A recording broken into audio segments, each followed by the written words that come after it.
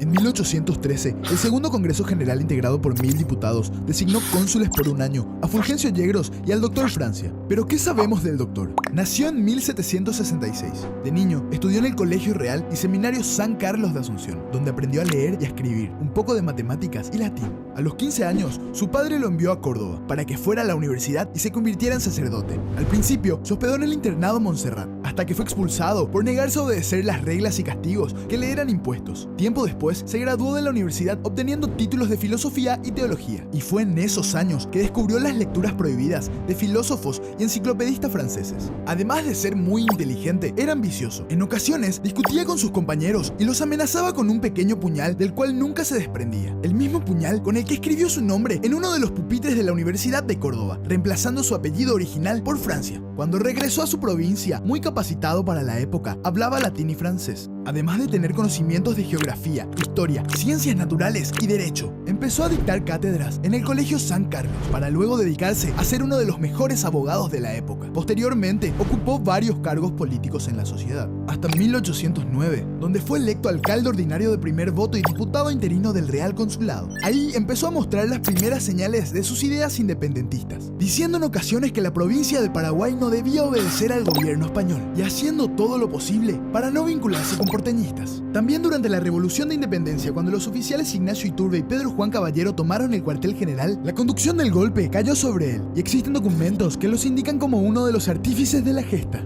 Ahora que sabemos más sobre el cónsul Francia, veamos qué pasó con él. El primer año del consulado pasó sin mayores problemas, y a pesar de que no existían diferencias entre ambos cónsules, en los últimos meses, Francia asumió el poder casi por completo. Al cumplirse el plazo, el 3 de octubre de 1814, Asunción se llenó de rumores y vio llegar a más de 1000 diputados para un nuevo Congreso General. En su discurso de inauguración, el doctor propuso la formación de un gobierno personal, alegando una mejor defensa de la independencia nacional. La idea inmediatamente obtuvo detractores. Algunos preferían la continuidad del consulado y otros propusieron a Yegros para asumir el poder. Pero fue Mariano Molas, el mismo que en 1811 propuso la creación de una junta gubernativa, el que esta vez propuso al doctor Francia como dictador. La discusión fue larga, pero cuando las tropas que obedecían al doctor se desplegaron de manera sospechosa, con el pretexto de rendir honores y con la mayoría de los votos campesinos a su favor, fue nombrado dictador supremo de la República por un periodo de 5 años, siendo autorizado a constituir el Tribunal Supremo y ser juez mientras dure su mandato.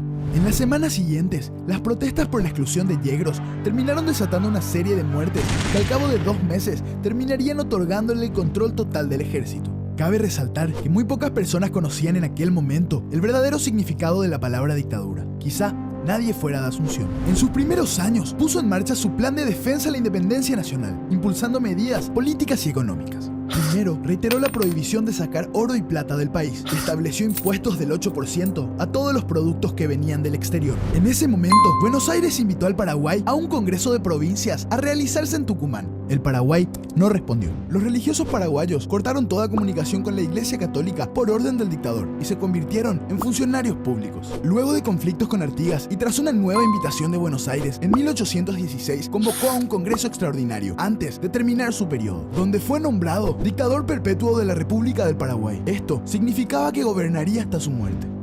Mariano Molas, quien lo había propuesto como dictador hacía solo 2 años, se opuso rotundamente a la dictadura perpetua, por lo que el Caraiguazú, como ya conocían al doctor en esos años, ordenó su inmediata prisión. El objetivo del Supremo era muy claro: preservar la independencia ante cualquier amenaza. Porteñistas, rioplatenses, orientales, portugueses del Brasil y españolistas intentaron presionar al país aislándolo, pero la respuesta del dictador fue cerrar los puertos y fronteras.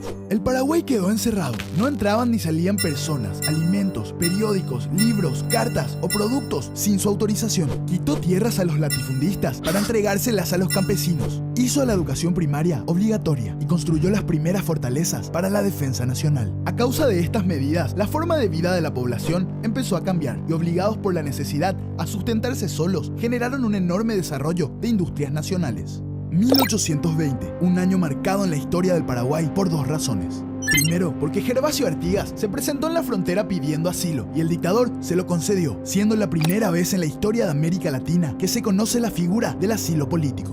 Y segundo, conspiraciones para acabar con la vida de Francia, lideradas por sus ex compañeros independentistas cansados de su régimen y vinculados a rioplatenses, fueron descubiertas. terminando después de un año de interrogatorios y torturas en el suicidio del prócer Pedro Juan Caballero en prisión, y el fusilamiento del libertario Fulgencio Yegros y otros condenados bajo un naranjo en las afueras del Cabildo. Ignacio Iturbe, por su parte, fue prisionero por 15 años, hasta que fue fusilado por orden del Supremo en 1837. En sus últimos años, se dedicó a fortalecer las estancias de la patria, antiguas tierras de españoles, ahora propiedad del Estado, en las que se desarrollaba la ganadería para el beneficio de las familias más necesitadas. Creó más de 2000 cargos públicos y se obsesionó con la protección de los bienes del Estado. El 24 de agosto de 1840 decidió no respetar un reposo médico y salió a realizar su cabalgata habitual. Pero ese día fue diferente. No vestía su clásica capa negra, tenía puesto un poncho rojo. Esa noche se registró un incendio en la casa de gobierno, el cual hizo sospechar a algunos que el doctor quemó documentos que podrían incriminarlo en el futuro, pero no pasaron de ser rumores. Después de esa noche, dejaría de atender asuntos de gobierno ya afectado por su enfermedad. Pasó sus últimas horas en compañía de su médico Estigarribia, su secretario Policarpo Patiño y 2 supuestas hijas a las que heredó sus bienes, pero nunca reconoció. Falleció el 20 de septiembre de 1840, luego de haber hecho posible la consolidación de la independencia paraguaya,